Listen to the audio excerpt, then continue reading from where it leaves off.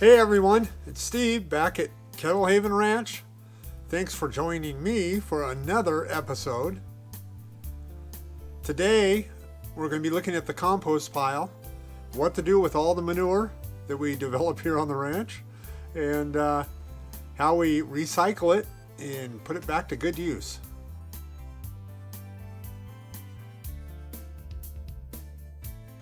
Hey, I splurged and ordered a backyard compost pile. Let's see if I can get it close enough. There we are.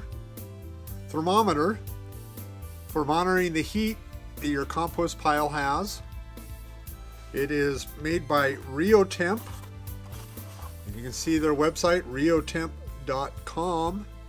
This isn't a product endorsement for this particular product because it's the first time I've ever had one, and from them especially. So we'll see how it works, how it lasts. If you are interested in this, there will be a link below in the description on how to go right to it on Amazon and order it. That's where I got it from.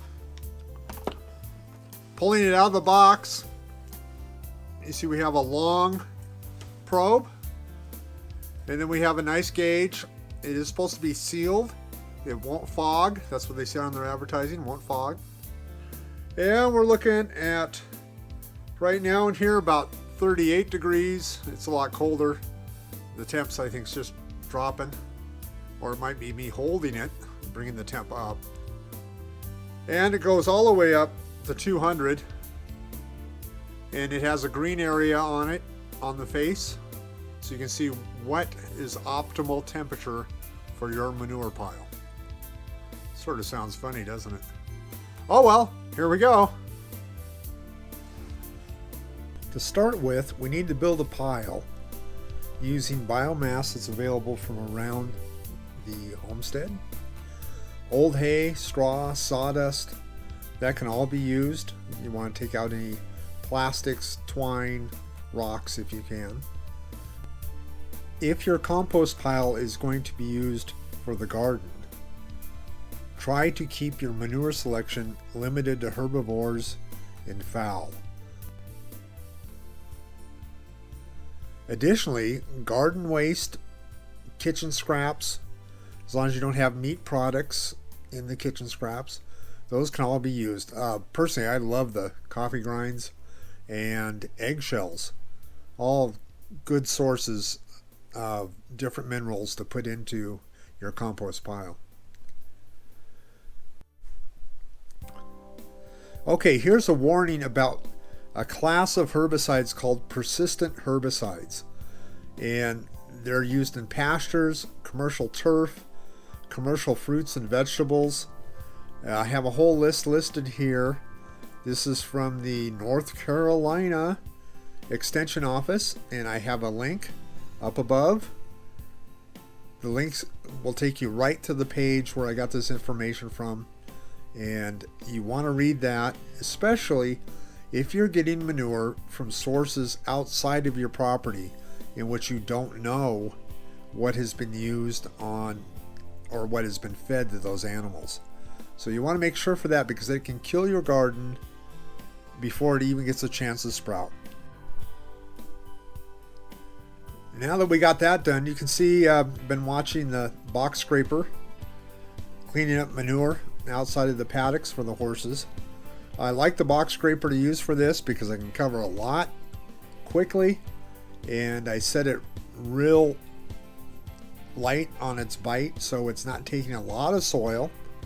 It gets the very top of the paddock soil, as you can see, and as it does that, I mean, you're picking up the soil that is saturated with urine from the animals, and that's nice to get it out of there. It's better on their hooves.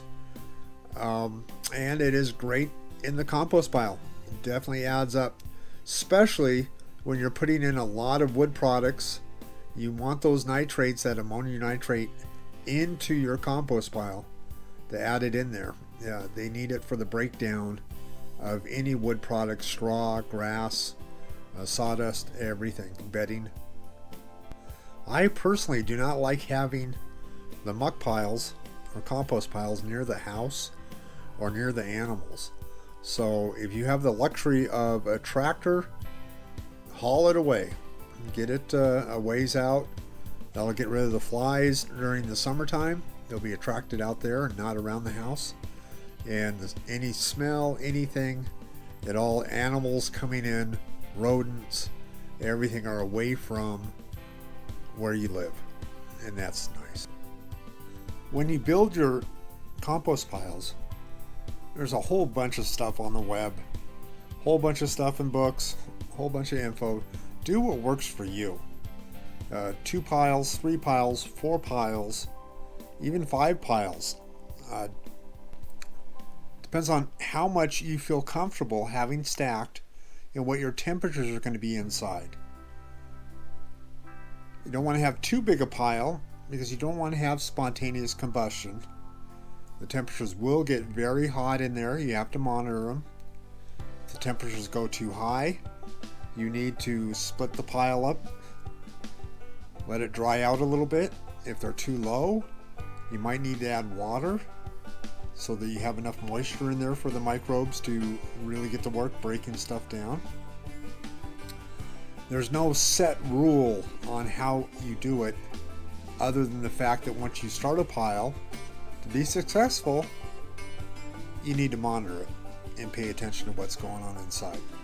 So, I like my piles to be about 8-foot diameter, 10-foot diameter, and about 6 foot tall, because that is how the pile works well with my equipment that I'm using to work the pile.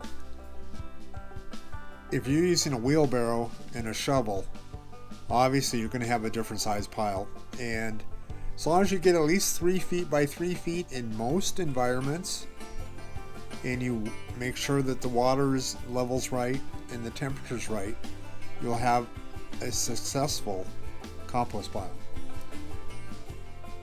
With that being said, you still need to turn it. It needs to be turned to get the air inside. That also depends on your own environment.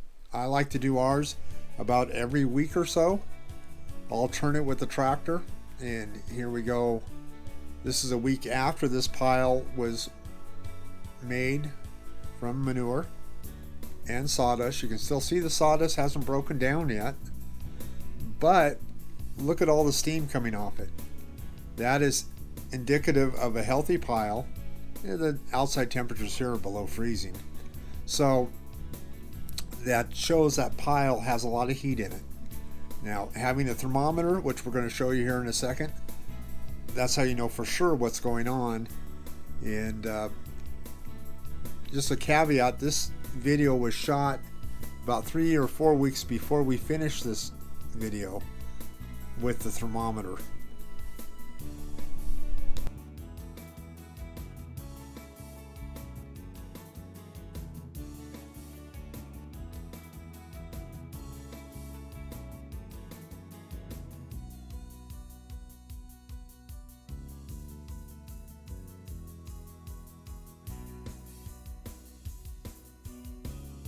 Now this is December 31st. While it is in the middle of the day, obviously the ground is pretty well frozen up. The fact that I still get the thermometer in the pile shows you how much heat is down deep inside.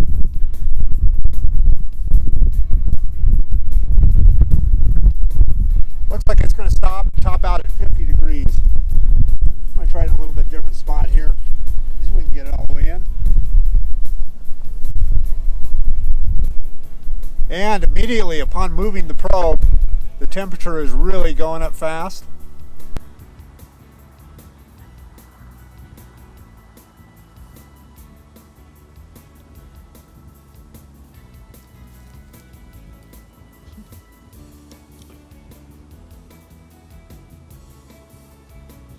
This is pretty typical for a midwinter muck pile on the northern border.